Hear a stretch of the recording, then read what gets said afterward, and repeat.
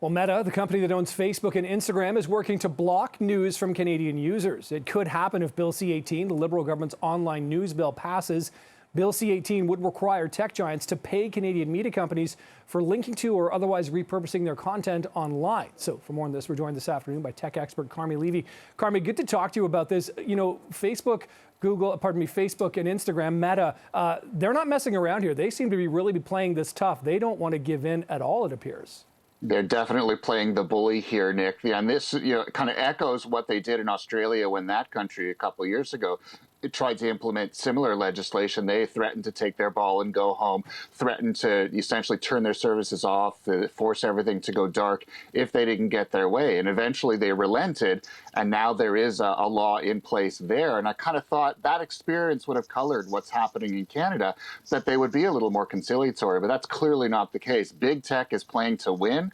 They're playing the bully. They don't like being told what to do. They don't like being told that the free ride is over. And they don't want to pay for the privilege. Right, and we know big tech definitely has deep pockets, Carmi, and we've seen what happened in Australia, but can we then assume that that is kind of likely how this is going to unfold here, or could things potentially be different with potentially the Canadian model, the Canadian bill, to what happened in Australia?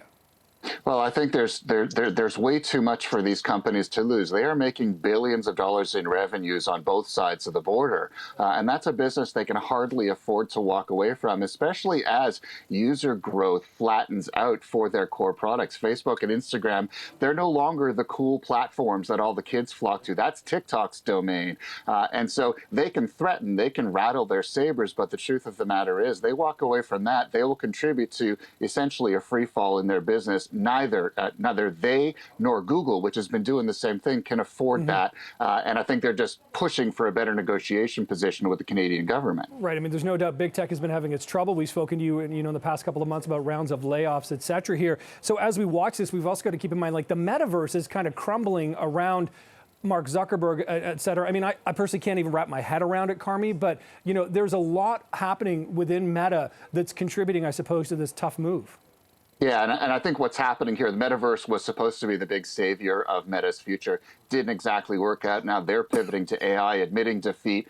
Mark Zuckerberg getting a lot of pushback on the layoffs, employees not very happy with him, investors not very happy with the performance of the company. And same thing with Google. That company is under threat from artificial intelligence. Their very core search business, their advertising-based business that's fueled by search, could be potentially threatened by tools like ChatGPT and GPT-4. So, these are companies now that kind of see that the golden age of their existence is drawing to a close, and they're going down swinging. But I think ultimately governments will prevail both here in Canada as well as in Europe, where similar legislation is in the pipeline. And big tech is going to learn you can't push governments around. They'll push back, and hard.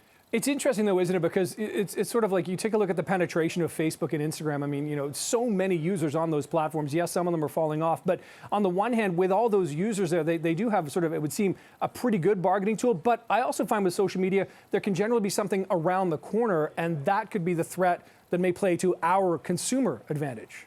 I think so. I think the era of big social is drawing to a close. I think a lot of us, we're following what's happening with Twitter, kind of a dumpster fire, and we realize we've been putting a lot of time into these platforms, and we're not really getting it back the way we thought we would.